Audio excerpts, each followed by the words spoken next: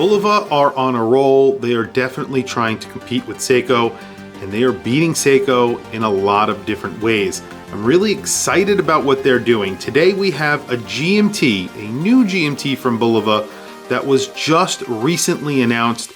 It's a true automatic GMT, well under $1,000. I really think that the future is bright for the affordable GMT, and that is because Citizen are doing something really cool with the 9000 series. Let's flip the camera and take a look at the Bulova Wilton automatic GMT.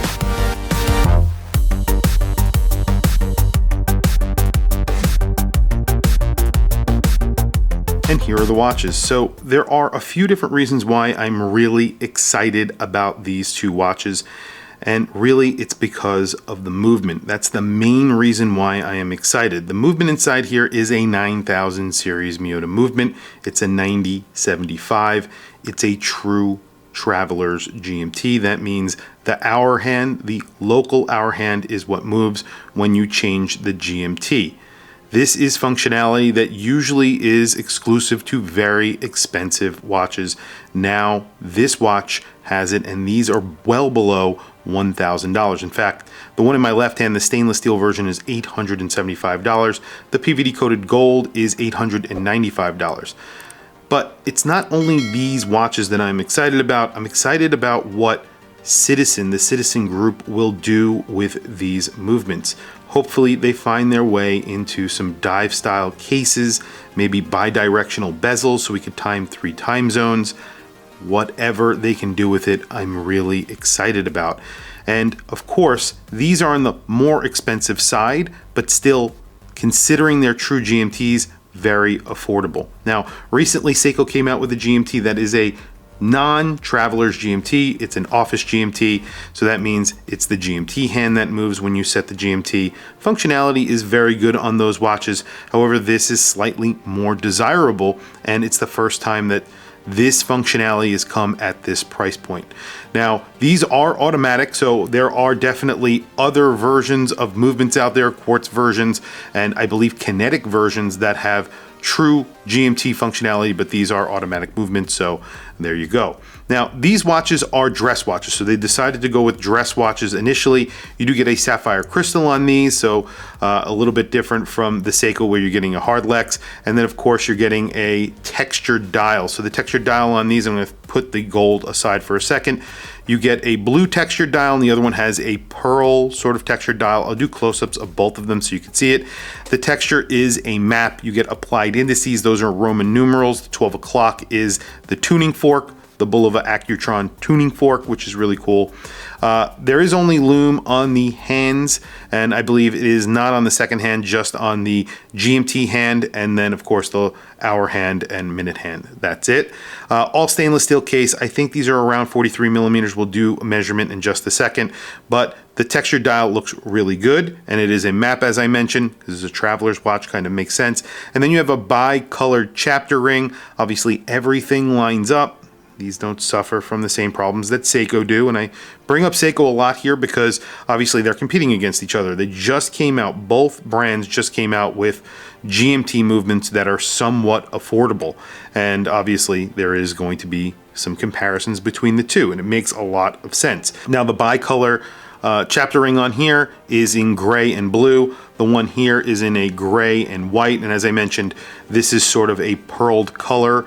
For the dial, you have that same texture. The GMT is in red. It just says GMT automatic. I think it's 24 joules or something like that. And then you have applied indices. Those are in gold. The hands are in gold as well. The GMT hand is in gold, but you still get a little bit of a red accent. That is also loomed on here. Gray and white, as I mentioned, for the chapter ring. And then, of course, the entire case and buckle are PVD coated, except for the case back, which is a screwed in case back. You do only get 30 meters of water resistance with this watch, but you do get a stainless steel screwed in case back. One thing I would say I wish they did was sign the rotor. I'm not sure. This is a sample. It even says it right there on the crystal in the back. I wish that this was actually a signed rotor. But anyway, the Miyota 9000 series, always better to look at than a Seiko NH series, in my opinion. I think that the NH series are kind of ugly. These are just finished better. They're still machine finished, but they're just a a little bit nicer looking. So you're getting sort of dagger hands, I would call these. And as I mentioned, those are filled with Loom. We will do a Loom shot towards the end. Let's do quick measurements. As I mentioned, these do get sapphire crystals. Those sapphire crystals are slightly domed. So if you like that, obviously. If you don't, you know, that's what they went with. I'm not sure I like a domed sapphire crystal in a dress watch, but I think it looks pretty good. It's not incredibly domed. Let's look at the measurements here. So it is a 43 millimeter watch, which is on the larger side again for a dress watch. And then the lug to lug is 49.4, again, a large lug to lug. And then the thickness here is 12.2 millimeters, which is pretty good considering that it is a GMT and considering you have a display case back and you have a dome sapphire crystal. Obviously, this will be a thin movement because it's not that much thicker than the 9000 series 15 or 39, which is basically the time only with date or without. So 6.8 millimeter crown, nice big crown. These get croc style straps. They're very soft and you get a pretty typical deployant buckle. That's really it. Like I said, this is $875. This is a little bit more, like 20 bucks more, $895. Really, definitely worth the money if you are in the market for a true GMT, or just wait until they come out with something different in a different style case. I have a watch on today that I wish they would re-release. This is an Accutron, and this is a vintage Accutron. It's really like a neo vintage Accutron. This has a Swiss-made movement in it, so these were kind of expensive when they first came out, but look at the bracelet on this watch. This is a really good example of one. But if they came out with this in a GMT form with a bi-directional 12-hour bezel, wow, this would be insane. I think this is like a 42 millimeter watch, but because of the way the bezel is shaped and the case is shaped, it doesn't wear like that. And the bracelet on here, this is what Bulova Accutron can do. They can make some insanely good watches. And I have to tell you, this is probably one of the best affordable divers out there on the secondary market. Obviously, they no longer make this. So if you want something like this, you have to buy it on the secondary market. But I gotta tell you, it's insane. It's such a good value. If they put a movement like this in a watch like this with this construction, I think, I honestly, I think they would sell more than any Seiko, any 5KX, any brand out there making somewhat of an affordable GMT. They would blow them out of the water. Really, I think they're moving in the right direction. I just hope that they do a couple of things with the sports case. Here it is on my 7.5 inch wrist. This is the stainless steel version. You can see it doesn't wear huge, but it's not a small watch. So if you have a smaller wrist, this might wear a little bit large on your wrist. Like I said, 7.5 inch wrist, a 43 millimeter case, 49 millimeter lug to lug. Very cool. The case on this watch has a pretty interesting profile. It's not, you know, out of the ordinary, but it's nice. You have brushing, obviously, but then you have sort of a step in the case. So you have step lugs, but you also have that step that goes across the entire case, and that is polished, and then the tops is top of the lugs are brushed.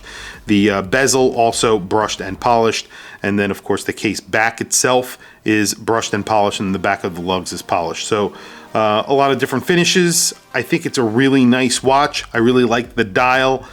Again, I wish that it was a sports watch that they came out with initially, but obviously they're sort of dipping their toe into the affordable GMT range, coming out with a dress watch first, and hopefully, you know, this makes it into like a Citizen, maybe a ProMaster of some sort. Could you imagine a true GMT ProMaster? In any case, I think it would be a huge seller for Citizen. And then Bulova have a ton of really cool watches that they could throw this movement into, and it would just destroy out there in the market, I think, in my opinion. Here's the gold on my wrist as well. I'll throw this on my wrist really quickly so you could see. I don't think I have this one sized to my wrist. It's close. And there you go. So I have 7.5 inch wrist, and I'll do close-ups of this watch. I'll do close-ups of the movement so you could see.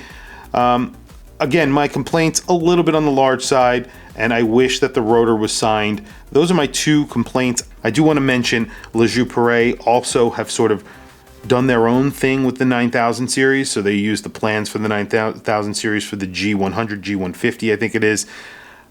I hope they take the plans for this and make a GMT, a true Swiss-made GMT from La Joux-Perret. I think that will be insane, literally insane. Anyway, there you go. Very quickly, let's do a loom shot and then wrap up the video. Well, there you go. Not an incredible amount of loom on here. It is technically a dress watch, so that is, I guess, forgivable.